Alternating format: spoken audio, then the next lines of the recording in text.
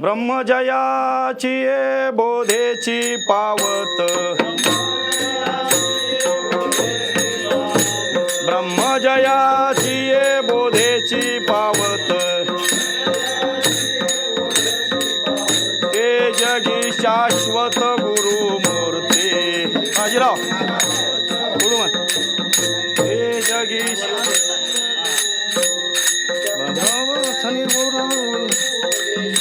शब्द ज्ञानी जया गुरु उपदेशी, जया गुरु उपदेशी, नाही त्यासी मुक्ती कदा काळी,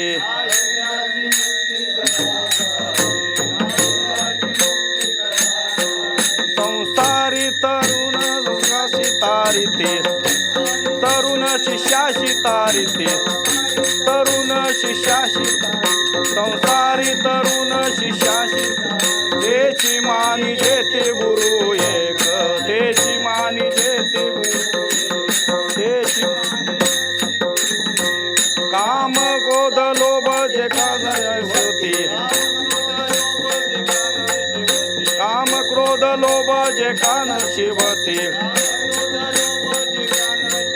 तेची शक्ती सद्गुरु, तेची ओळखी सद्गुरुला, तेची ओळखी सद्गुरुला, स्वनाने गुरु उपदेशी, जया गुरु शब्द ज्ञाने जया गुरु उपदेशी,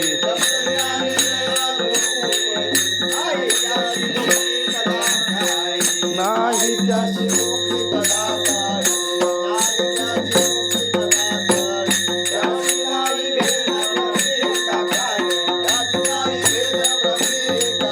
ज्याशी नाही भेद ब्रह्मी एकाकार,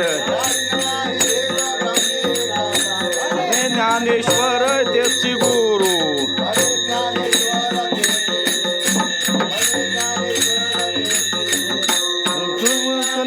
गुरु उपदेशी, शब्द ज्ञाने जया गुरु उपदेशी, नाही त्यासी मुक्ती कदा काळी,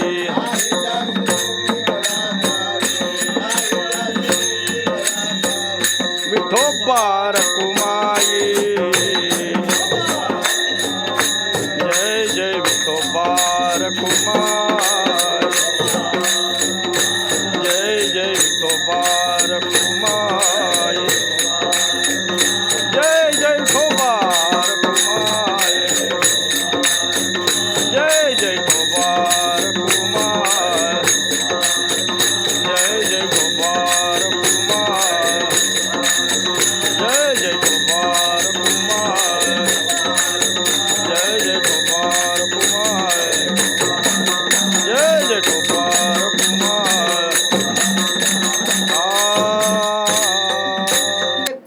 बोधेची पावत, ब्रह्मजयाची बोधेची पावत, ब्रह्मजयाची बोधेची पावत,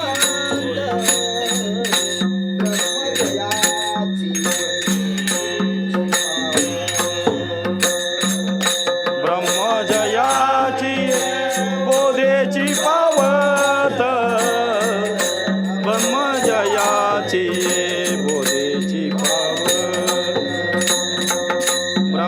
ब्रह्मजयाची बोधेची पावत, ब्रह्मजयाची बोधेची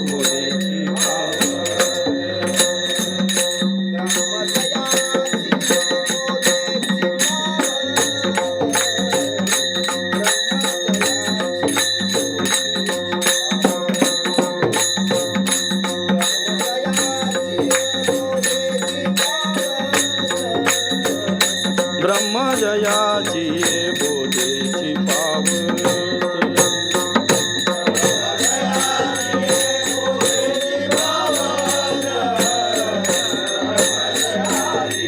बोधेची पावत, ब्रह्मजयाची बोधेची पावत, ब्रह्मजयाची बोधेची पावत.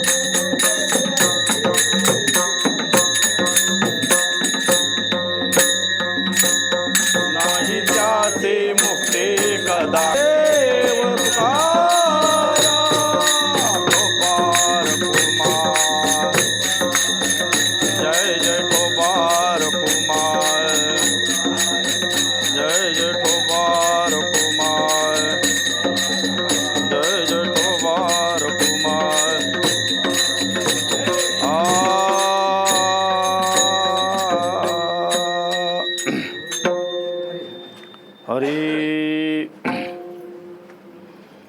ब्रह्मजयाची या बोधेची पावत, ब्रह्मजयाची या बोधेची पावत, ते जगी जांग गुरुमूर्ती. शब्द ज्ञाने जया गुरु उपदेशी, शब्द ज्ञाने जया गुरु उपदेशी, नाही त्यासी मुक्ती कदा काळी. संसारी तरुण शिष्याशी तारिती, संसारी तरुण शिष्याशी तारीशी, तेची मानिजे ती गुरु एक. काम क्रोध लोभ ते का न शिवती, काम क्रोध लोभ ते का न शिवती, तेची ओळखी सद्गुरु जान. शब्द ज्ञाने जया गुरु उपदेशी, शब्द ज्ञाने जया गुरु उपदेशी, नाही त्याशी मुक्ती कदा काळी. ज्याशी नाही भेद ब्रह्मी एकाकार, ज्याशी नाही भेद ब्रह्मी एकाकार, म्हणे ज्ञानेश्वर तेची गुरु. शब्द ज्ञाने जया गुरु उपदेशी, शब्द ज्ञाने जया गुरु उपदेशी, नाही त्यासी मुक्ती कदा काळी. ठोबा रखुमाई जय जय ठोबा रखुमाई, जय जय ठोबा रखुमाई, जय जय ठोबा रखुमाई, जय जय ठोबा रखुमाई, जय जय ठोबा रखुमाई, जय जय ठोबा रखुमाई.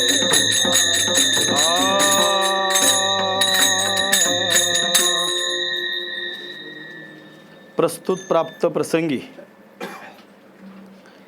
सेवेसाठी निवडलेला अभंग विश्वमाऊली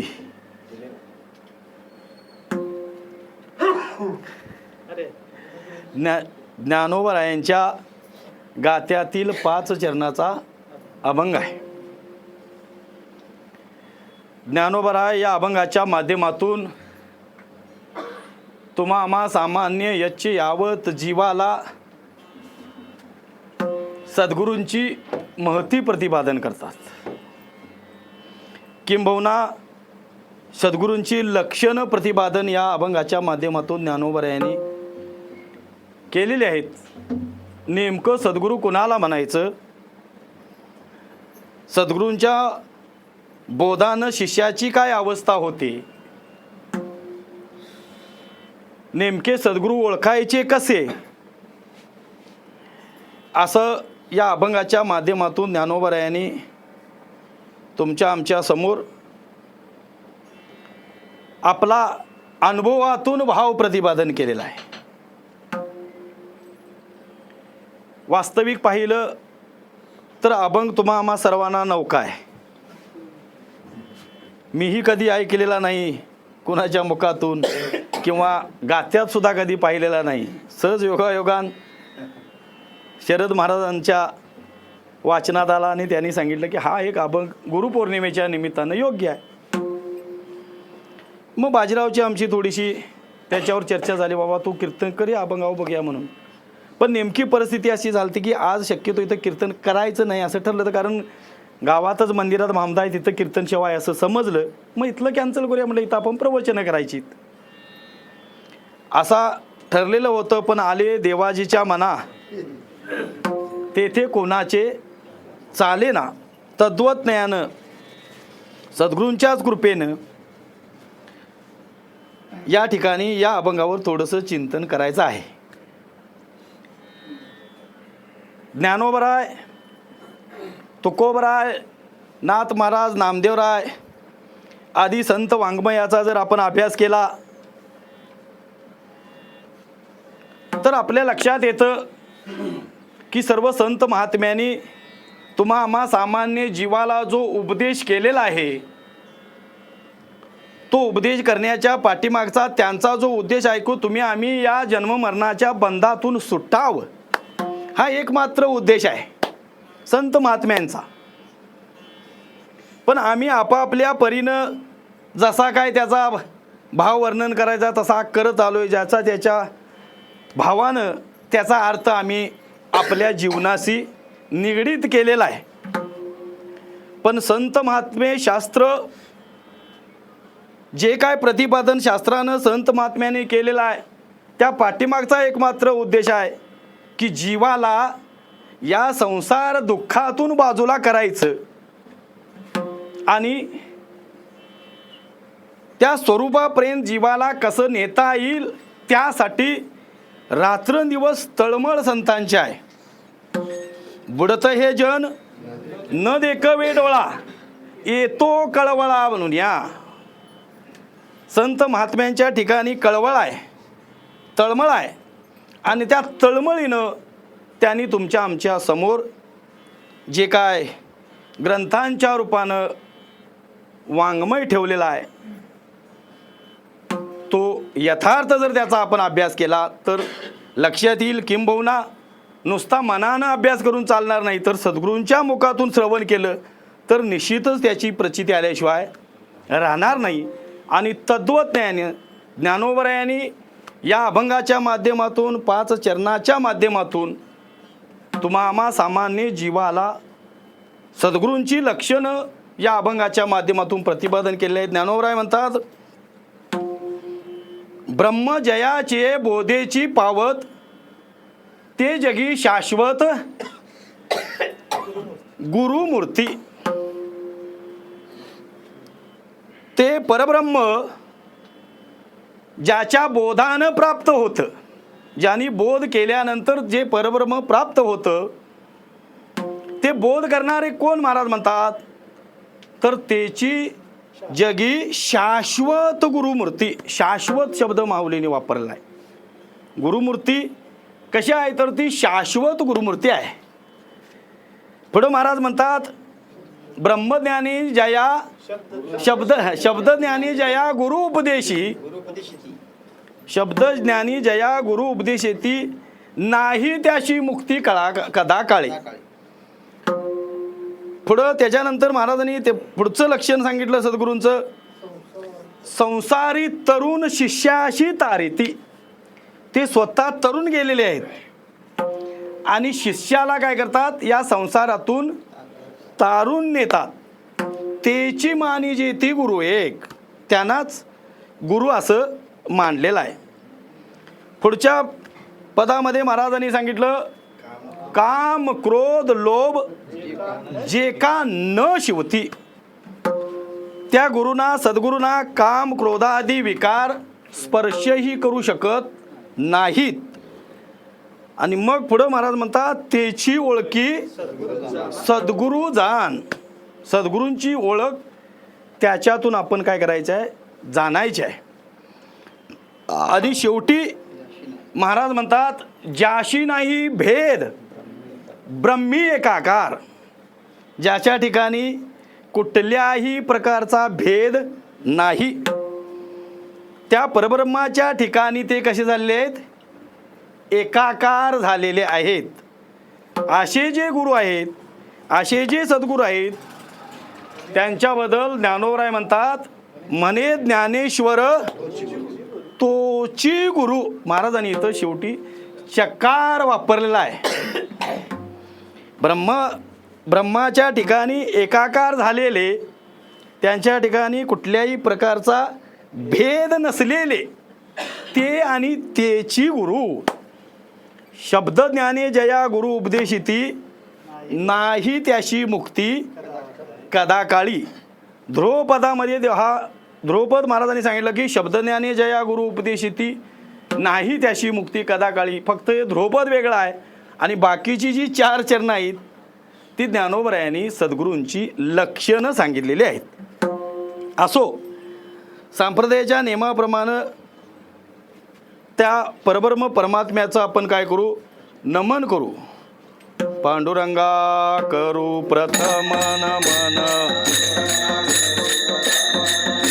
पांडुरंगा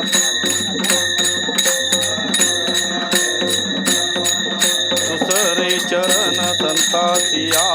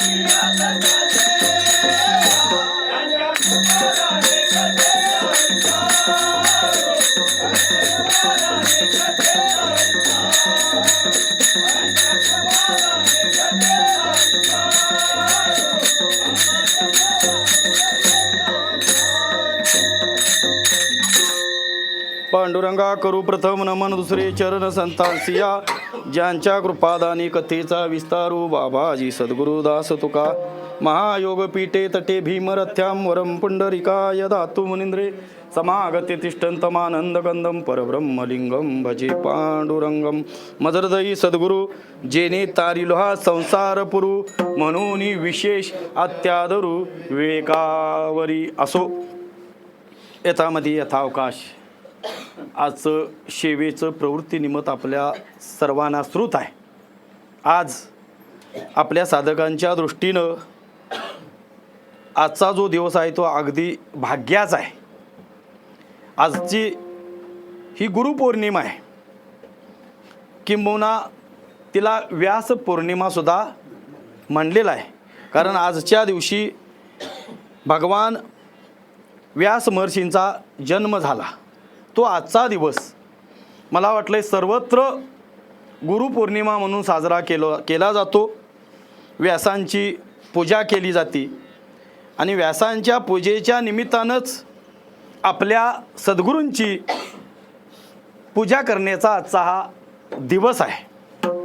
आता सद्गुरू समोर असतील तर त्यांची षोडशोपचार आपल्याला पूजा करता येते, पण समजा सद्गुरू दूर असतील तर त्यांची सुद्धा पूजा आपण मानस पूजेच्या रूपानं करू शकतो. पण आज आपल्या प्रत्येकाच्या अंतकरणामध्ये स्मरणामध्ये सद्गुरूंची मूर्ती असावी, सद्गुरूंचं ध्यान असावं, असा एक आजचा हा दिवस आहे. अखंड वर्षभर आपण जे काय सद्गुरूंच्या मुखातून श्रवण केलेलं असेल, जो काय सद्गुरूंनी आपल्याला बोध दिलेला असेल, त्या बोधावर आपण नित्य राहणं आणि आजच्या दिवशी त्या बोधातून उतराई होण्याच्या निमित्तानं सद्गुरूंची पाद्यपूजा करणं, त्यांची सेवा करणं, असा भाव ठेवून आजचा हा गुरुपौर्णिमेचा दिवस सर्वत्र साजरा केला जातो. आणि तद्वज्ञानं आम्हीही प्रतिवर्षी या ठिकाणी जवळजवळ गेले 10 ते 15 वर्षे झाली आम्ही सामुदायिकरित्या सद्गुरूंची पाद्यपूजा, प्रवचन, कीर्तन काय असेल ते सगळं यथासांग या ठिकाणी करतो. आणि त्यातीलच एक हा भाग आहे. वेळेचं आपल्याला बंधन आहे. मी मगाशी बोलून गेलो, परत मंदिरामध्ये कीर्तन आहे. असो, अगदी थोडक्या वेळेमध्ये जेवढं काय चिंतन करता येईल तेवढं करायचं आहे. अभंग ज्ञानोबा यांच्या गात्यातील आहे. वास्तविक पाहिलं तर सकल संत वाङ्मयामध्ये ज्ञानोबरायांचं वाङ्मय म्हणजे अगदी साधकाच्या पक्षी जड आहे. साधकाच्या पक्षी काय आहे? जड आहे. सद्गुरूंच्या ठिकाणी ते सहज आहे, सद्गुरूंना ते सहज आहे, पण साधकाला ते सहजासहजी प्राप्त होत नाही. आणि अशा ज्ञानोबरायांच्या गात्यातील हा अभंग आहे. आणि अभंग आजच्या या तिथीला अनुसरून अत्यंतिक महत्त्वाचा आहे. वास्तविक नुसता अभंग पाठ करायचा म्हणला तरी सहजासहजी हा पाठ अभंग न होण्यासारखा आहे. कारण तीच अक्षरं ज्ञानोबरायांनी फिरवून टाकलेली आहेत. त्यामुळं पाठ करायला सुद्धा अगदी हा अभंग जड आहे. पण असो, पाठ न करता सुद्धा थोडंसं चिंतन करायचं या उद्देशानं हा अभंग सेवेसाठी घेतलेला आहे. ज्ञानोबराय म्हणतात, ब्रह्मजयाची या बोधेची पावत, ज्याच्या बोधानं ब्रह्माची प्राप्ती होते. आता ब्रह्माची प्राप्ती होते, प्राप्ती करायची काय, प्राप्तच आहे, हा चिंतनाचा विषय आहे, लक्षात घ्यायचं. प्राप्ताचीच प्राप्ती आणि निवृत्तीचीच निवृत्ती. शास्त्राच्या दृष्टीने जर विचार केला तर प्राप्त करायचं काय आहे? बंधनाची नाही ठावे, मुक्त कास या म्हणावे. मुक्त व्हायचं म्हणजे काय करायचं आहे? बंधनच नाही आपल्याला, तर मुक्त कसलं व्हायचं आहे? पण बांधलंय असं वाटतंय हे घालवायचं आहे. बांधलंय असं वाटतंय का नाही आपल्याला? कुणीतरी आपल्याला इथं बंधनामध्ये अडकलंय असं वाटतंय. त्यासाठी बऱ्याच वेळेला आम्ही दृष्टांत गाढवांचा दिला जातोय, कीर्तनाच्या माध्यमातून, प्रवचनाच्या माध्यमातून दिला नाही.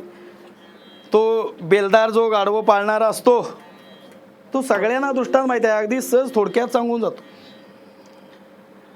संध्याकाळी ती दिवसभर गाढवं सोडली, कामाला सोडली की संध्याकाळी आणली की ती त्या गोट्यामध्ये किंवा त्याचे काय हे असेल त्याच्यामध्ये ती बांधायची. मग एखाद्या दिवशी त्या गाढवाला बांधायला एक काय झाला, खुंटा कमी पडला म्हणा किंवा दोर कमी पडला आणि मग एक गाढव बांधायचं शिल्लक राहायला लागलं. आता तो गाढव पाळणारा जो होता तो हुशार होता. त्यानं ओळखलं किती केलं तरी ही काय आहेत, गाढवच आहेत. त्यामुळं त्यानं काय केलं, त्या गाढवाला एका खुट्ट्या शेजारी नेलं आणि त्याच्या पायावरून असा बांधल्यासारखा हात फिरवला आणि खुट्ट्याला बांधल्यासारखं केलं. आता त्या गाढवाला वाटलं काय, मला बांधलं. अगदी रात्रभर ते गाढव काय झालं, जागा सोडली नाही, त्यानं हल्लं नाही, का मला बांधलंय. आता दुसऱ्या दिवशी सकाळी तो मालक उठला आणि सोडायला लागला गाढवं सगळी. आता बाकीची सगळी गाढवं सोडली, याला त्या मालकानं काय केलं, सोडलं नाही. का सोडलं नाही यानं, तर त्याला माहिती होतं की याला बांधलेलं नाही. आता सोडल्याबरोबर बाकीची सगळी गाढवं गेली, पण ते गाढव जागचं हलायला तयार नाही. का, तर मला सोडायला नाही. आता तो मालक हुशार होता, त्याच्या लक्षात आलं हे का हलत नाही. त्यानं परत रात्री जसं बांधल्यासारखं केलं तसं आता सोडल्यासारखं केल्यावर ते गाढव पळालं. ती अवस्था तुमची आमची झाली आहे. महाराजांनी या गाढवाबद्दल सांगितलेलं नाही, तर तुमच्या आमच्यासारख्या गाढवांच्या बद्दल सांगितलं आहे. तुम्ही आम्ही सुद्धा गाढवच आहोत. संत महात्म्यांनी टाहो फोडून सांगितले, वाजत असे बोंब कोणी न ऐकती गाणी. अरे तू जीव नाहीस, तू देव आहेस, तूच ब्रह्म आहेस, तू वेगळा नाहीस. हे कितीतरी सांगितलं तरी आम्ही ऐकायला तयार नाही. आम्हाला वाटतं मी कसा देव असन, अजिबात हे आपल्याला पटायला तयार नाही. मग आम्ही नाही काय देव, आम्ही आहोतच देव, फक्त जीवपणा भ्रमानं लादून घेतलेला आहे. भ्रम झाला ह्या जीवपणाचा. वास्तविक पाहिलं तर शास्त्रानं 4 चैतन्य सांगितली, जीव चैतन्य, ईश्वर चैतन्य, कुटस्थ चैतन्य आणि ब्रह्म चैतन्य. ही 4 चैतन्य जरी सांगितलेली असली तरी यांच्यामध्ये कुठल्याही प्रकारचा भेद आहे का, भेद नाही. तो भेद जो आहे ते महाराज आम्हाला नेहमी सांगतात की तुमच्या आमच्या डोक्यामध्ये भेद आहे. वास्तविक पाहिलं जीव, ईश्वर, ब्रह्म यांच्यामध्ये कुठल्याही प्रकारचा भेद नाही. आणि मग ब्रह्मचैतन्याच्या दृष्टीनं जर पाहिलं तर ब्रह्मचैतन्य कसं आहे, सर्वत्र व्यापक आहे. स्थूल, सूक्ष्म, ज्ञात, अज्ञात अशा सर्व वस्तूंच्या ठिकाणी व्यापक रूपानं भरलेलं तर ब्रह्म आहे. आणि मग असं जे ब्रह्म आहे ते प्राप्त करण्यासाठी आपल्याला नितांत गरज सद्गुरूंची आहे. सद्गुरूंच्या शिवाय आपल्याला ते सहजासहजी प्राप्त होऊ शकत नाही. मग ते प्राप्त करण्यासाठी आपल्याला सद्गुरूंच्याकडे जायला पाहिजे, सद्गुरूंची सेवा करायला पाहिजे. तनु मनु जीवे चरणासी लागावे, अगरवता करावे दास्य सकळ. बरं सहजासहजी एकाएकी सद्गुरू भेटू शकत नाहीत. सद्गुरू भेटण्यासाठी त्याच्या अगोदरच्या आपल्याला स्टेप माहीत आहेत, पायऱ्या माहीत आहेत. मल जायला पाहिजे, विक्षेप जायला पाहिजे. मलदोष, विक्षेप दोष हे दोष आहेत का नाहीत? 3 दोष शास्त्रानं सांगितलं, त्यातले पहिले 2 दोष आहेत मलदोष आणि विक्षेप दोष. हे स्वतःहून निवृत्त करायचे आहेत. ते सद्गुरूही काढू शकत नाहीत आणि ईश्वरही काढू शकत नाही. तर ते स्वतःच निवृत्त करायचे. त्यासाठी शास्त्रानं उपायसुद्धा सांगितला आहे. निष्काम कर्म, निष्काम उपासनेच्या माध्यमातून हे 2 दोष निवृत्त करता येतात. मग ईश्वराशी आपल्याला भेट होती, ईश्वराची कृपा होती आणि ईश्वराच्या कृपेनं आपल्याला ईश्वरच सद्गुरूंची भेट घालून देतात. आपल्याला तुकोबरायांच्या जीवनातला प्रसंग माहिती आहे. माझ्या विठोबाचा कैसा प्रेमभाव, आपणची देव होय गुरु. स्वतः देवच तुकोबरायांचे गुरु झाले. देव म्हणून उपदेश करता आला नाही, उपदेशासाठी गुरुच व्हावं लागतं देवाला सुद्धा. आपल्याला अर्जुनाच्या प्रसंग सुद्धा माहिती आहे.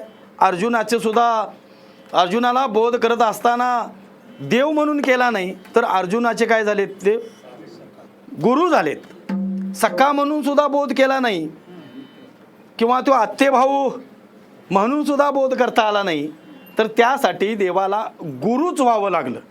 आणि मग जोपर्यंत आपल्याला सद्गुरूंची भेट होत नाही तोपर्यंत आपल्याला त्या बोधापर्यंत प्राप्त होता येत नाही. शास्त्र आपण किती जरी मनानं वाचण्याचा प्रयत्न केला तर ते शास्त्र सहजासहजी आपल्या हाती लागू शकत नाही. त्यासाठी सद्गुरूंचीच नितांत गरज आहे. आणि मग ते सद्गुरू आपल्याला सहजासहजी भेटू शकत नाही. आपल्याला नाथ महाराजांचा अभंग माहिती आहे, ऐसे कैसे याने भेटत इथे साधू ब्रह्मा काय ते चंद्रामृत सुखे शेववील असता जाता रवी धरवेल बाह्या येळा सागर तरवेल परित्या साधूची भेटी न होईल गा. सहजासहजी साधूची भेटी होत नाही. मग त्यासाठी हे जे पाठीमागल्या ज्या स्टेप सांगितल्या तिथनं हळूहळू आपण एक एक स्टेप प्राप्त करत जायला पाहिजे. मलदोष विक्षेप दोष घालवून साधन चतुष्टय संपन्न आपण व्हायला पाहिजे. आणि मग त्या श्रीगुरूंची भेट आपल्याला होते. मग त्या श्रीगुरूंची भेट झाल्यानंतर त्या श्रीगुरूंची सेवा करावी लागते. तनुमनु जीवे चरणासी लागावे अगरवता करावे दास्य सकळ. ते ज्ञानाचा कुरुटा एत सेवा हा दारवटा स्वाधीन करी सुबटा ओळंगुनी. संतांच्या ठिकाणी ज्ञानाचं भांडार आहे, ज्ञानाचा ठेवा आहे. पण संतांच्या आणि त्या शिष्याच्या सद्गुरूंच्या आणि शिष्याच्या मध्ये सेवेचा उंबरटा आहे. सेवा हा दारवंटा. तो उंबरटा ओलांडून गेल्याशिवाय तो ठेवा आपल्याला प्राप्त होणार नाही. आणि म्हणून तो ठेवा प्राप्त करण्यासाठी आपल्याला संतांची सेवाच करावी लागेल. लक्षात घ्या. मग संत जोपर्यंत आपल्याला तशा पद्धतीचा काय दशा निर्माण होत नाही, प्राप्त होत नाही, अधिकार तेवढा अधिकार प्राप्त होत नाही, तोपर्यंत आपल्यावर संतांचा उपदेश फलीभूत होत नाही.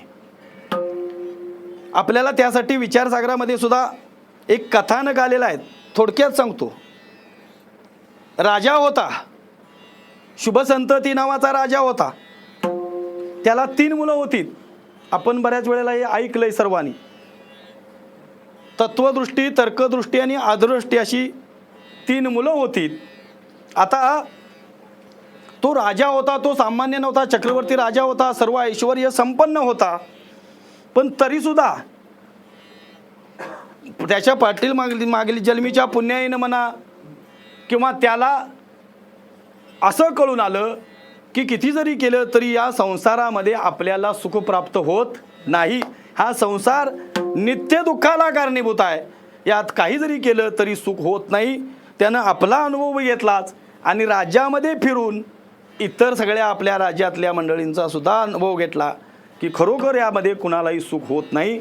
आणि मग त्यानं ठरवलं आपल्याला जर सुख प्राप्त करायचं असेल तर त्यासाठी एकांतामध्ये जाऊन भगवंताचं चिंतन करत राहायला पाहिजे. त्याशिवाय आपल्याला सुख होणार नाही हे त्यानं ठरवलं. पण ठरवल्यानंतर आता त्याला 3 मुलं होती. या जो काय आपला राज्यकारभार आहे, जे काय राज्याचं सगळं धन दौलत सगळं जे काय आहे ते त्या 3 मुलांना आपण वाटून द्यायला पाहिजे. नाहीतर आपल्या पश्चात काय होईल, कलह निर्माण होईल, भांडणं करतील. म्हणून त्यानं त्या 3 मुलांना बोलवून घेतलं आणि ठरवलं. त्यांना सांगितलं, काय सांगितलं, मुलांना सांगितलं, हे बघा या राज्यामध्ये आता मी बरीच वर्षे राज्य करायला लागलोय आणि इतक्या राज्य करण्याच्या अनुभवानं मला असं लक्षात आलं की यामध्ये कुठल्याही प्रकारानं आपल्याला जीवाला सुख होत नाही. सतत हा जो प्रपंच आहे, हे जे राज्यवैभव आहे, हे दुःखालाच कारणीभूत आहे. आणि मी आता काय करणार आहे, हे सगळं तुम्हाला वाटून देतो आणि मी सुख प्राप्त करण्यासाठी वनामध्ये जाऊन राहणार आहे निवांत एकांतात. आता ती मुलं जी होती ती त्या राजाचीच मुलं होती, ती तरी काय सामान्य होतीत काय. त्या मुलांनी असं ठरवलं, ती मुलं तिघंजण बाजूला गेलीत आणि त्या मुलांनी आपसात चर्चा केली की राजानं आपल्या वडिलांनी आपल्याला सांगितलं की जे आम्हाला वाटून देणार आहे ते काय देणार आहे वाटून, दुःखच वाटून देणार आहे. द्यायला लागलाय काय वाटून, बाबा आपल्याला दुःख वाटून द्यायला लागलाय आणि सुखासाठी आपण वनात निघालाय. हे त्यांच्या लक्षात आल्यानंतर म्हणली हे राज्य घेऊन आपण काय करायचं. बाबाच्या आधी ती मुलंच घरातून बाहेर पडली. आता घरातून ती मुलं बाहेर पडल्यानंतर वनामध्ये एका सद्गुरूंच्या ठिकाणी गेलीत. आता सद्गुरूंच्या ठिकाणी गेल्यानंतर त्यांनी जवळजवळ 6 महिने त्या श्रीगुरूंची सेवा केली. किती महिने, 6 महिने. आम्ही श्रीगुरूंच्या जवळ गेलो लगेच गुरुना म्हणतो आमच्या डोक्यावर हात ठेवा आणि आम्हाला काय करा. 6 महिने सेवा केल्यानंतर त्या श्रीगुरूंच्या लक्षात आलं आणि मग त्यांनी विचारलं तुम्ही कोण, कुठून आलाय, का आलाय, प्रश्न विचारला. त्यावेळी त्यांनी हे सगळं सांगितलं, आम्ही शुभसंतती राजाची मुलं आहोत. आणि मग कशासाठी आलाय तुम्ही, तर असं असं झालंय आणि आम्ही यातनं आम्हाला मुक्त व्हायचं आहे. हे म्हणजे त्या तिघांचा अभिप्राय घेऊन थोरला जो तत्वदृष्टी होता त्यानं ती सगळी श्रीगुरूंच्या समोर व्यथा मांडली. आणि मग श्रीगुरूंच्या लक्षात आलं की नेमकं ही कशासाठी आलेले आहेत, तर ही संसार दुःखाला काय झालेले आहेत, कंटाळलेले आहेत. आणि मग त्या श्रीगुरूंनी त्या विचारसागरात 3ऱ्या तरंगाच्या माध्यमातून शास्त्रारंभ त्या ठिकाणी झालेला आहे आणि मग त्या ठिकाणी त्यांना बोध करण्याला सुरुवात केली. मग आता तो बोध करण्यासाठी श्रीगुरु तरी आधी त्या बोधावर गेलेले पाहिजेत का नकोत. बोध कुणी कुणाला करायचा सर, आज तुम्ही पदवी घेतली म्हणून मुलांना शिकवू शकता, पदवी नसती तर तुम्हाला शिकवण्याचा किंवा सांगण्याचा अधिकार आहे का, नाही. बरं नुसती पदवी घेतली तर तुम्हाला अधिकार सरकार देईल, तुम्हाला शिक्षक म्हणून नेमणूक करील, पण तुमच्या ठिकाणी अंतःकरणामध्ये जर तो बोध नसेल तर तुम्ही मुलांना शिकवू शकणार आहे का, शिकवू शकणार नाही. त्यासाठी अगोदर अंतःकरणामध्ये श्रीगुरूंच्या मना किंवा ती श्रीगुरू त्या बोधापर्यंत पोचलेले पाहिजेत. आणि मग असे पोचलेले जे सद्गुरू असतात त्यांच्याच बोधानं काय होतं, शिष्य कृतार्थ होतो किंवा शिष्याला ते शास्त्र किंवा तो वेदांत प्राप्त होतो. आता या ठिकाणी ज्ञानोबराय म्हणतात ब्रह्म जयाचया बोधेची पावत, तो परब्रह्म परमात्मा मीच आहे. प्राप्त करायचा म्हणजे काय करायचं आहे, गुरु काय सांगणार, ते तू आहेस. आता नुसतं आम्हाला श्रीगुरू सतत सांगतात का नाही, पण आम्हाला सांगून कधी पटलंय का, ते आम्हाला अजिबात अजून पटलेलं ते नाही. इथं ऐकल्यानंतर वाटतं, पण इथून बाहेर गेलं की ते कसं असेल, की इथं आलं की हे बरं वाटतंय आणि इथनं घरात गेलं की ते बरं वाटतंय. ही अवस्था आमची आहे. आणि मग या अवस्थेतून आपल्याला पार पडण्यासाठी सद्गुरूंची नितांत गरज आहे. आणि मग ते सद्गुरू नेमके कसे असायला पाहिजेत, ते ब्रह्म प्राप्त होण्यासाठी ज्यांच्या बोधानं ते ब्रह्म प्राप्त होतं, त्यासाठी ज्ञानोबराय त्या सद्गुरूंचं पहिल्या चरणामध्ये लक्षण सांगतात.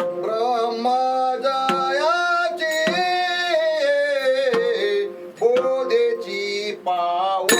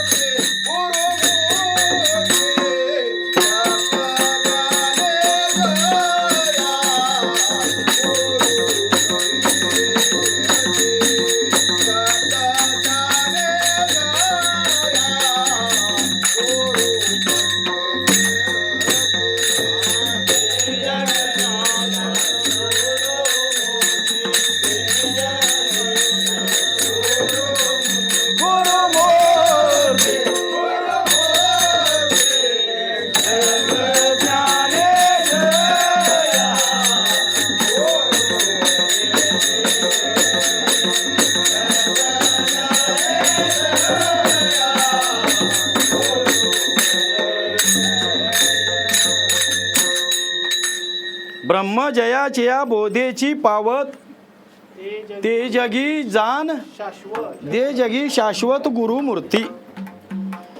ज्याच्या बोधानं ब्रह्मभाव प्राप्त होतो, मीच ब्रह्म आहे हे कळतं, असा ज्याने बोध केला, ते ज्या बोधावर आहेत त्यांना महाराज या ठिकाणी म्हणतात तेची जगी शाश्वत गुरुमूर्ती. या जगामध्ये फक्त तेच एक शाश्वत गुरुमूर्ती आहेत. उगाच कुणालाही गुरु म्हणायचं नाही. तुकोबराय म्हणतात टिळा टोपी उंच दावी जगी मी एक गोसावी, अवघा वरपंग सारा अंगी विषयांचा थारा. बरीच अशी आहेत की वेश पाहिला की महात्मा आहे असं वाटतं वेशावरून, पण नुसता वेश असून उपयोग नाही. अंतकरणाची स्थिती तशी व्हायला पाहिजे, त्या बोधावर असायला पाहिजे. त्यांच्या ठिकाणी ते सहज लीलया शिष्यांना देण्याची क्षमता असली पाहिजे. जे काय शास्त्र आहे, आता आपण व्यासाचा मागोवा घेत भाष्यकारात वाट पुसत, हे सगळं जे ज्ञान तुम्हा आम्हाला जे प्राप्त होतंय ते सगळं व्यासोत्तिष्ठ जगत्त्रय म्हणलेलं आहे. व्यासाने काय केलेलं आहे, उष्ट केलेलं आहे. आणि हे ज्ञान प्राप्त करून देण्याची ज्यांच्या ठिकाणी क्षमता आहे त्याची जगी शाश्वत गुरुमूर्ती. इतरांना कुणालाही गुरु म्हणायचं नाही. गुरु आपल्याला बरेच आहेत. आम्ही दत्तात्रयांनी 24 गुरु केले म्हणून सांगतो. ते ज्या ज्या वेळी एखाद्याकडून काय गुण आपल्याला मिळल ते ठीक आहे, पण ज्या बंधातून आपल्याला सुटायचं आहे त्या बंधातून सुटण्याचा जे बोध करतात त्याची जगी शाश्वत गुरुमूर्ती. अशी गोष्ट तंत्र मंत्र उपदेश ऐसे गुरु आहे ते आयती. तंत्र मंत्र उपदेश येते ऐसे गुरु आहे ते आयते. हे सत शिष्या ते मिळविती. सत शिष्या ते मिळविती. त्यासी श्रीकृष्ण सद्गुरु माने. त्याशी श्रीकृष्ण सद्गुरु माने. म्हणजे भगवान श्रीकृष्ण कुणालाही सद्गुरू मानत नाहीत. किंबहुना सदवस्तूचं दर्शन करून देणारे सद्गुरू. बरोबर आहे. बाकीचं बरंच दाखवतील आपल्याला, पण सदवस्तूचे दर्शन करून देणारे त्यांना सद्गुरू म्हणायला काय हरकत नाही. किंवा त्याची जगी शाश्वत गुरुमूर्ती. ते सोडून इतरांना कुणालाही आपण गुरु म्हणून महत्त्व द्यायचं नाही किंवा मान्य करायचं नाही. कारण ज्ञानोबरायांनी सांगितलेली इथंही लक्षणं आहेत. ज्ञानोबराय सामान्य नाहीत, विश्वाची माऊली, ज्ञानियांचा राजा गुरु महाराव. ज्ञान्यांचा राजा आहे तो, ज्ञानियांचा ज्ञानी गुरु आहे असा असणारा तो परब्रह्म ज्ञानोबराय.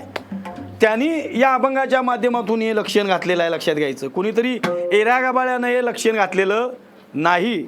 बरीच आपल्याला तुकोबऱ्यांच्या अभंगातून सुद्धा मिळेल पाहायला, संत महात्म्यांच्या वाङ्मयातून पाहायला मिळेल. कारण गुरुच्या बद्दल शास्त्रानं सुद्धा विचारसागरामध्ये सुद्धा गुरुचं लक्षण सांगत असताना श्रोत्रिय, ब्रह्मनिष्ठ आणि कृपाळू असायला पाहिजे म्हणून. श्रोत्रिय म्हणजे सर्व शास्त्राचं अध्ययन केलेला. त्यानंतर ब्रह्मनिष्ठ म्हणजे ब्रह्मात्मबोधात निमग्न असणारा, ब्रह्मबोधावर निमग्न असणारा. आणि कृपाळत्व तिसरं लक्षण गाठलंय म्हणजे शिष्याच्या उद्धाराची तळमळ असणारा. शिष्याच्या उद्धाराची तळमळ असणारा असा गुरु पाहिजे. आणि त्या गुरुबद्दल ज्ञानोबरायांनी अभंगाच्या 3ऱ्या चरणामध्ये सांगितलं की संसारी तरुण शिष्याशी तारिती. संसारी तरुण शिष्याशी तारिती. मी ध्रुवपद बागा ठेवल्या. अरे का तेची मानी जेती गुरु एक. पुढचं लक्षण ज्ञानोबा यांनी सांगितलं, स्वतः तरुण म्हणजे संसारामध्ये या ते तरुण गेलेले आहेत बघा.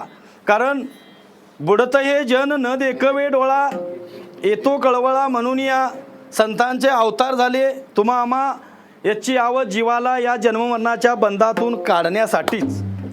कारण तुम्ही आम्ही बुडायला लागलोय हे आम्हाला कळत नाही सर. काय कळतंय आम्ही बुडायला लागलो हे आम्हाला कळत नाही. आणि बुडायला लागलो हे कळालं तर आपण तरुण जाण्यासाठी प्रयत्न करू. आमचं तरण्यासाठी प्रयत्नच नाहीत म्हणजे आम्ही बुडायला लागलो हे अजून आम्हाला कळालेलं नाही. पण ते संत महात्म्यांना श्रीगुरूंना कळतं की बुडायला लागल्यात आणि यातून त्यांना काय करायला पाहिजे, बाजूला काढायला पाहिजे. आणि त्यासाठी संतांचे अवतार आहेत. अवतार तुम्हा धराया कारण उद्धराया जन जड जीवा. संत महात्म्यांचा जो अवतार झाला तो जड जीवाचा उद्धार करण्यासाठीच. नाही संत महात्म्यांचे ते उपकारच आहेत आमच्या सामान्य जीवावर. लक्षात घ्या. कारण येथे उपकारासाठी आले घरजा वैकुंठी. मग तुम्हा आम्हाला बुडत्याल्या या संसारातून काढण्यासाठी ते बुडणारे गुरु चालतील का? जे बुडालेले आहेत ते आम्हाला बाहेर काढू शकतील का? अजिबात काढणार नाहीत. लक्षात घ्यायचं. म्हणजे ते तरुण गेलेले आहेत, ते तरलेले आहेत. जे तरलेत तेच तुम्हा आम्हाला काय करतील, तारून नेतील. लक्षात घ्या. आम्ही रात्री झोपलोय बरोबर आहे, पण झोपेतून जागे करण्यासाठी जागा असणारा जागा करेल काय, झोपलेला शेजारी जागा करेल? शेजारी झोपलेला व्यक्ती दुसऱ्या झोपलेल्याला जागा करू शकणार नाही. जो जागा आहे तो झोपलेल्याला जागा करू शकतो. तसे संत महात्मे जागे आहेत आणि ते जागे असणारे संत महात्मे श्री गुरु तुम्हा आम्हाला जागे करतात. उठा जागे वारे आता,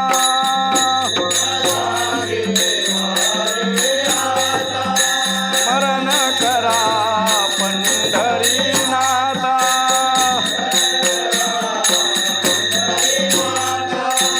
भावे चरणी ठेवा माता,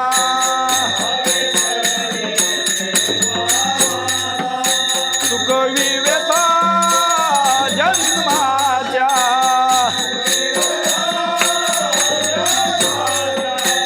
धनदारा पुत्र जन, धनदारा पुत्र जन.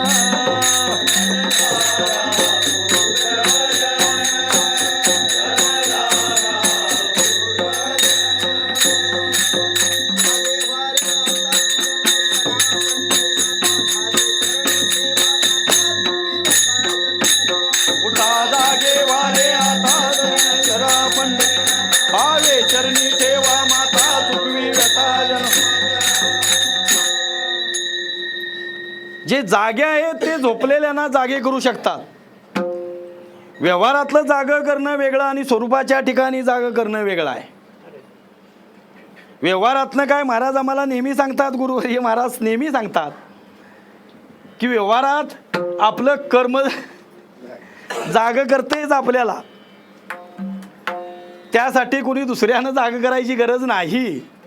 पण जी स्वरूपाची निद्रा आहे त्या स्वरूपाच्या निद्रेतून जाग व्हायचं असेल तर त्यासाठी सद्गुरूंची नितांत गरज आहे, संत महात्म्यांची नितांत गरज आहे.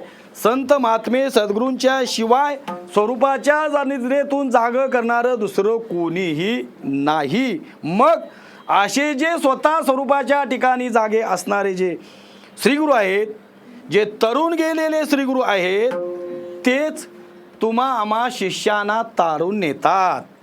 आणि म्हणून ज्ञानोबराय म्हणतात, संसारी तरुणी शिष्याशी तारिती. ते स्वतः काय झालेले आहेत, तरलेले आहेत. या जन्म मरणाच्या संसाराच्या ठिकाणी तरलेले आहेत. ते आपला हा संसार घ्यायचा नाही, हा प्रपंच नाही. या प्रपंच वेगळा आहे आणि संसार वेगळा आहे. आगा उपजणे आणि निमणे हे साचची कीर मानणे, तया जीव लोकवी म्हणे संसारुहन. जन्माला यायचं मरायचं, जन्माला यायचं मरायचं, या संसारामध्ये आम्ही अडकलोय, बुडायला लागलोय. आणि त्यातून काढणारे आपल्याला श्रीगुरू आहेत. आणि ते श्रीगुरू कसे आहेत? अगोदर तरुण गेलेले आहेत. आणि मग अशा तरुण गेलेल्या श्रीगुरूंचं लक्षण सांगताना महाराज म्हणतात, संसारी तरुण शिष्याशी तारिती, तेची मानी जे ती गुरु एक. तेच गुरु असं मानायचं, असं ज्ञानोबराय या चरणाच्या माध्यमातून म्हणतात. त्याच्या पुढं ज्ञानोबरायांनी लक्षण घातलं, काम क्रोध लोभ जे का न शिवती. बघा सद्गुरूंची लक्षण आहेत ही सगळी. काम क्रोध आणि लोभ जे का न शिवती म्हणून सांगितलं. आता काम क्रोध लोभ याच्याबद्दल आपण जर पाहिलं तर या व्यवहारामध्ये तुम्हा आमचा घात जर कोण करत असतील तर हे काम क्रोध आणि लोभच घात करतात. आणि हे सगळं एकमेकावर अवलंबून आहेत. काम नाही पुरा झाला तर क्रोध येतो, काम पुरा झाला तर लोभ वाढतो. बरोबर आहे काय? बघा अरे अरे अरे, काम नाही पुरा झाला तर क्रोध येतो. म्हणजे एखादी गोष्ट कामना आम्ही मनामध्ये केलेली आहे आणि ती जर नाही आपल्याला प्राप्त झाली, पूर्ण झाली, तर राग येतो का नाही? आपल्याला राग येतो. आणि तो जर काम आपला पूर्ण झाला तर लोभ वाढतो, तृप्ती होत नाही, लोभ वाढतो. आणि परत मिळायला पाहिजे, आणि परत मिळायला पाहिजे, हा लोभ वाढतो. आणि म्हणून महाराज म्हणतात, काम क्रोध लोभ जे का न शिवती.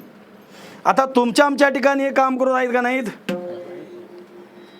काम क्रोध लोभ मत्सर दंभ अहंकार याचे बळ पार, सर्व सुख देई सर्व सुख देई, सच्चिदानंद अंबाबाई हो करी कृपा, सच्चिदानंद अंबाबाई हो करी कृपा. कसं महाराजांनी वर्णन केलं बघा. काम क्रोध मग दंभ अहंकार याचे बळ फार फार बळ आहे त्यांचं. ते आम्ही किती जरी आवरायचा प्रयत्न केला तर हे सहजासहजी आवरत नाही. वाटतंय मनाला आपण आवरायचं, पण ते सहजासहजी आवरू शकत नाही. फार वाईट काम आहे. आणि हो कामच सगळ्याचा काय करतो? घात करतो. म्हणून अगोदर कामावर विजय मिळवणं अत्यंत गरजेचं आहे. आणि ते मिळवणारे जर कोण असतील तर ते श्रीगुरू किंवा संत, त्यांनी तो काम क्रोधादी जे काय विकार आहेत ते आपल्या ताब्यात ठेवलेले आहेत. ते त्यांना शिवू शकत नाहीत. आपल्याला कितीतरी उदाहरणं माहिती आहेत का नाहीत? काम क्रोध बंदी खानी, काम क्रोध बंदी खानी,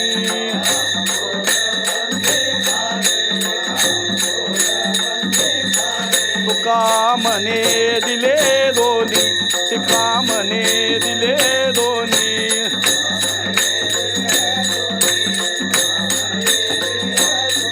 आ इंद्रियाचे धनी, आ इंद्रियाचे धनी,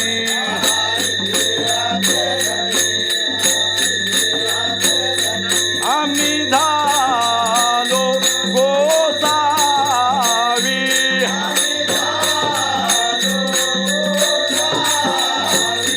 आम्ही झालो गोसावी,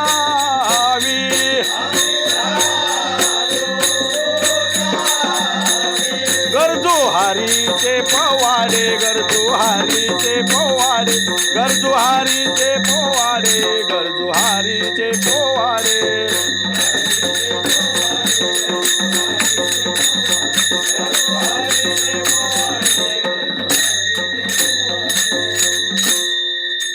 तुकोबराय म्हणतात, काम क्रोध बंदी खानी आहेत आमच्या ठिकाणी ते, पण त्यांना आम्ही काय केलेलं आहे?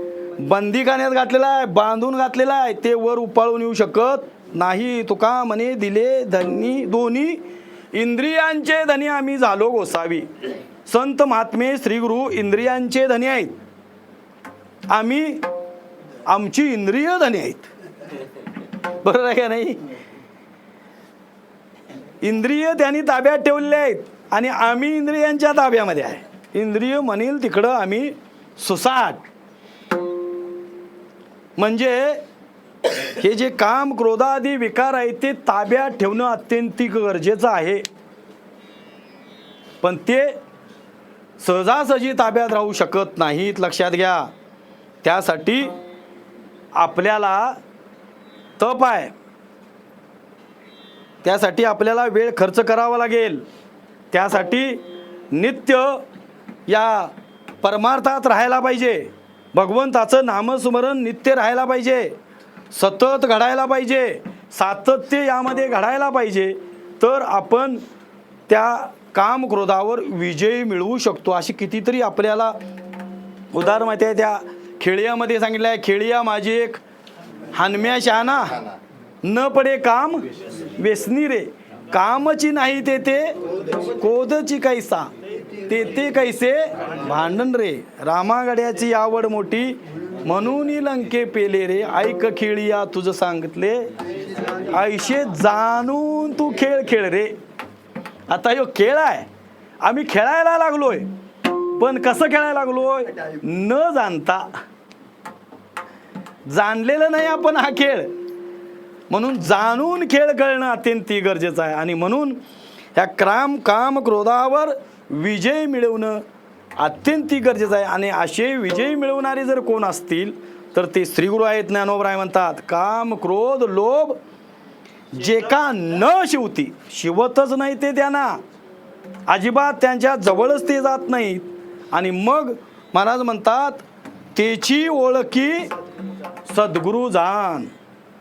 काम क्रोधादी विकार ज्यांना शिवत नाहीत, ज्यांच्या ठिकाणी स्पर्शही करू शकत नाहीत, असे जे आहेत त्यांना ज्ञानोबराय म्हणतात, अशा त्यांच्या लक्षणावरनं ते सद्गुरू आहे असे ओळखायचं महाराज म्हणतात.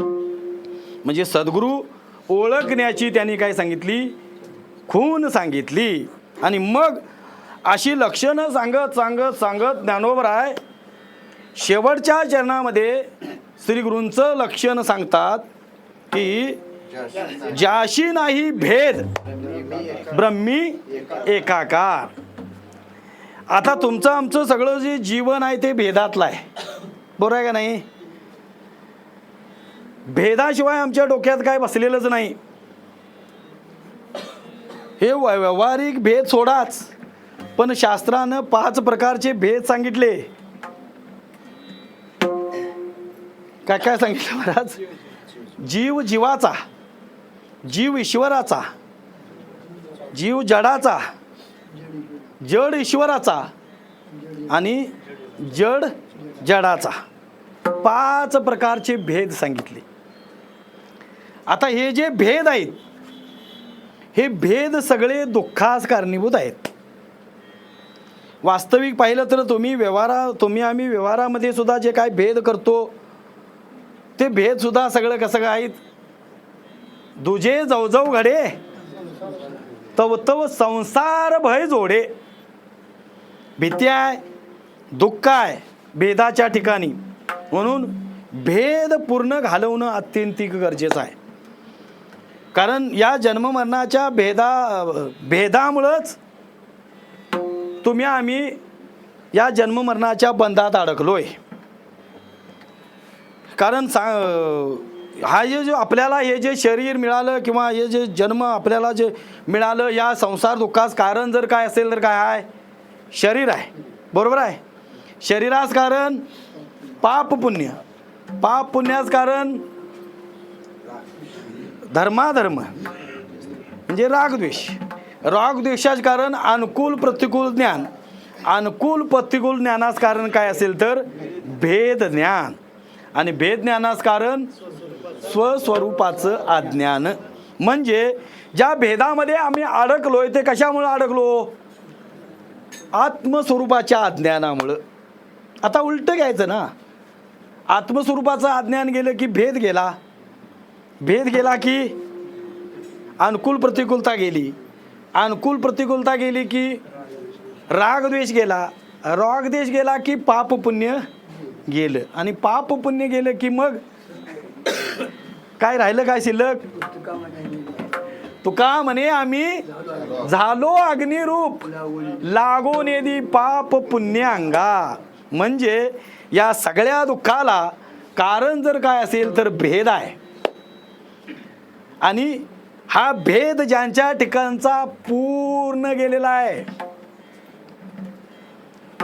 ज्याशी नाही भेद, मी एकाकार. भेद कुठल्याही प्रकारचा त्या ठिकाणी राहिलेला नाही. असे जे आहेत ते काय झालेले आहेत, ब्रह्मी एकाकार. म्हणजे त्यांची कायात झालेली आहे, ब्रह्मीभूत ब्रह्मरूप झालेले आहेत. ते त्या स्वरूपाच्या ठिकाणी काय आहे, ते पूर्ण बोधामध्ये आहेत. त्यांच्या ठिकाणी स्वरूप सोडून ते बाहेर अजिबात येऊ शकत नाहीत. अशा अवस्थेवर आहेत ते. म्हणजे स्वरूपाच्या ठिकाणी जागे असणारे, त्या पूर्ण बोधाला प्राप्त झालेले असे जे आहेत, त्यांच्याबद्दल ज्ञानोबराय म्हणतात, ज्याशी नाही भेद ब्रह्मी एकाकार म्हणे ज्ञानेश्वर, तोची गुरु.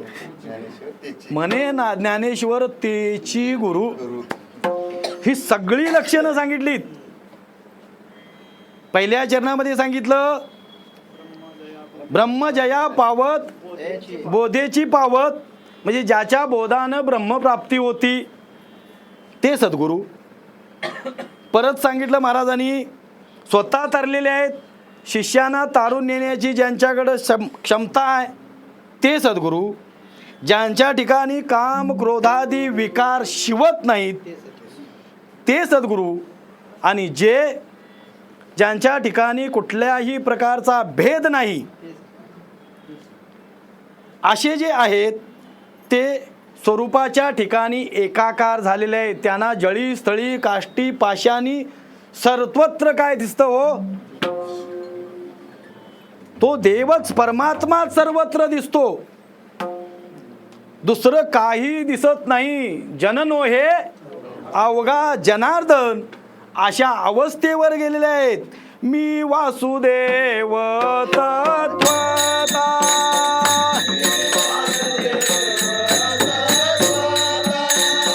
कळो येईल विचारिता,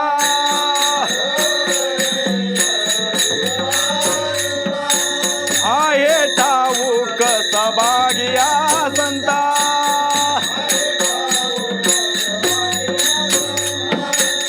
नाही तुझ्या निक मागू धागा,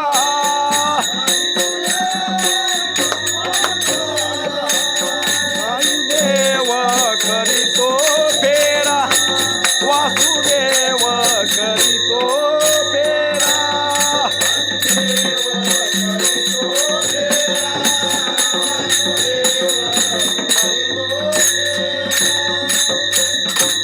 अशा अवस्थेवर जे गेलेले आहेत श्रीगुरु, त्यांची लक्षणं ज्ञानोबराय म्हणतात तेची, त्यांनाच फक्त श्रीगुरु म्हणायचं. असं या अभंगाच्या 4 चरणाच्या माध्यमातून ज्ञानोबरायांनी श्रीगुरूंची लक्षणं सांगितली आहेत. फक्त एक ध्रुवपद राहिलंय, मधलं भजन घेऊन अगदी थोडक्यात आपण त्या ध्रुवपदावर चिंतन करू. विठोबा रखुमाय,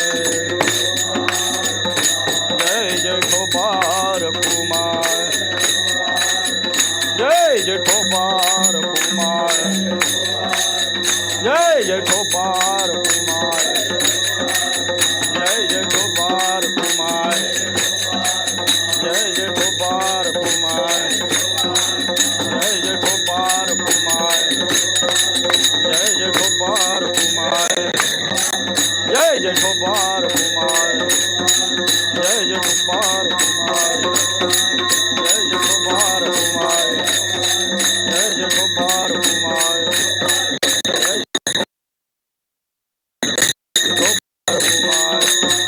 ठोबार कुमार, ठोबार कुमार.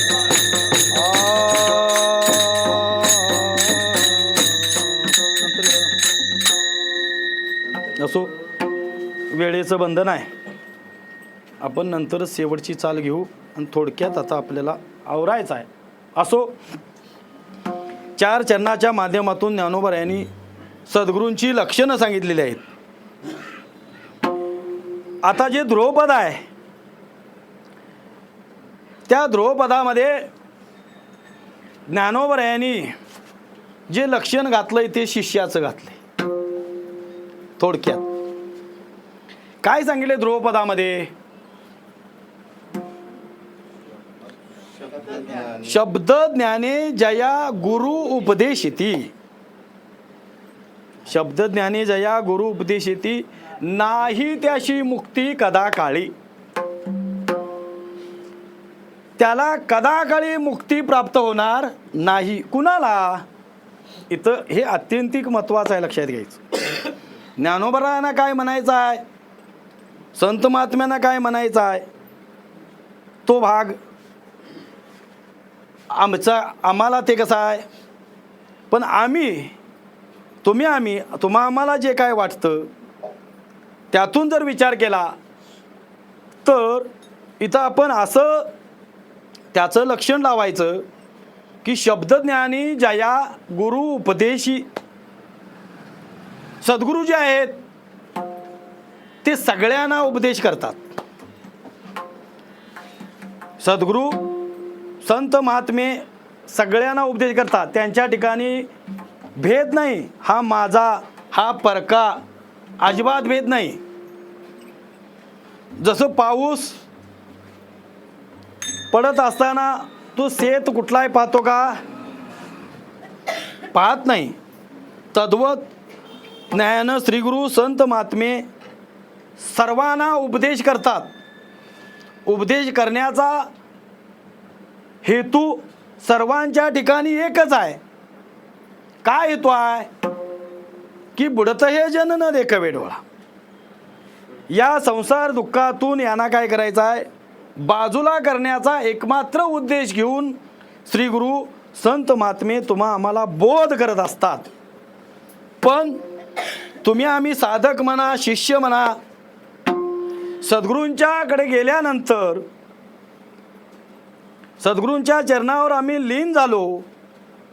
मगाशी मी त्या शुभसंतती राजाची गोष्ट सांगितली.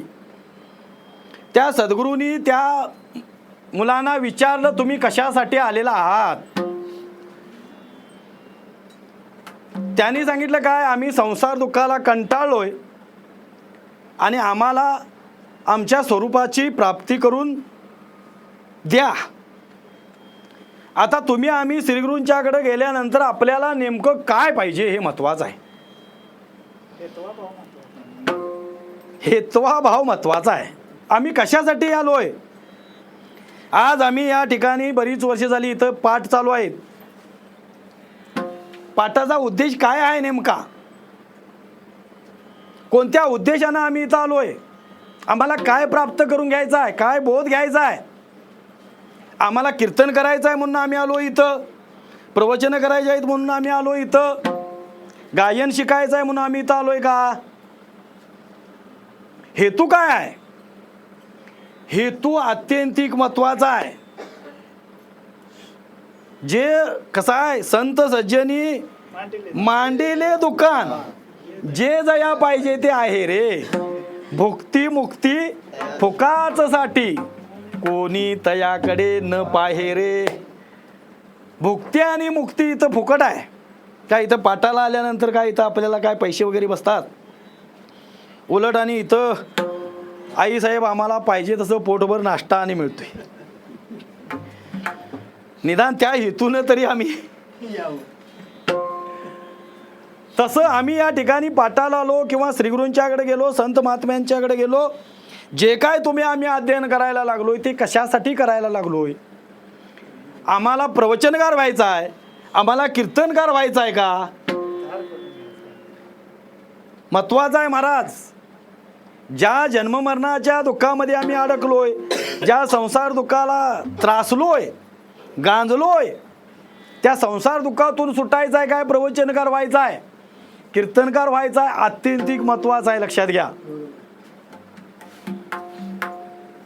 आणि मग हेतू जर आमचा प्रवचनकार व्हायचा असेल, हेतू जर आमचा कीर्तनकार व्हायचा असेल, हेतू जर आमचा लौकिकदृष्ट्या माझं नाव व्हावं, मला काहीतरी संसारातलं प्रपंचातलं प्राप्त व्हावं, धनान देई, भार्यान देई, पुत्रान देई. बऱ्याच वेळेला आम्ही असं म्हणतो की वारकरी झाल्यापासून आमच्या घरामध्ये बरकत आली. आता आली का नाही असं वाटतंय का नाही? मी वारकरी झालो, वारी घेतली, त्यापासून महाराज आता सगळं घरातलं सुरळीत लागले बाबा. अरे तुझं घरातलं सुरळीत लागायचं ते सद्गुरूंच्या वारीच्या कृपेनं नाही. ईश्वर सुद्धा त्यासाठी काही करू शकत नाही, त्याच्या हातातच नाही ते. तो प्राणी कर्म सापेक्ष या जगताचा कर्ता आहे. ज्याचं जसं कर्म असेल तसं भोगवून घेतो तो. आम्ही म्हणतोय त्याच्या ठिकाणी न्याय नाही वगैरे, पण त्याच्यासारखा न्यायी कोण नाही तिथं, अजिबात घडणार नाही. आणि तिथं वशिलेबाजी किंवा काही चालणार नाही. मग ते पंतप्रधान असो नाही राष्ट्रपती असो, तिथं वशिलेबाजीचं काय नाही. किंवा तिथं दबावसुद्धा कोणाचा येत नाही, दबावान हे असं नाही असं कराच, अजिबात नाही. तो न्याय आहे, तो कर्तुम अकर्तुम अन्यथा कर्तुम शक्ती असणारा ईश्वर आहे. आमच्या प्रारब्धानं आमच्या कर्मानं आम्हाला हे सगळे भोग मिळत असतात. त्यासाठी ईश्वर श्रीगुरू काही करू शकत नाहीत.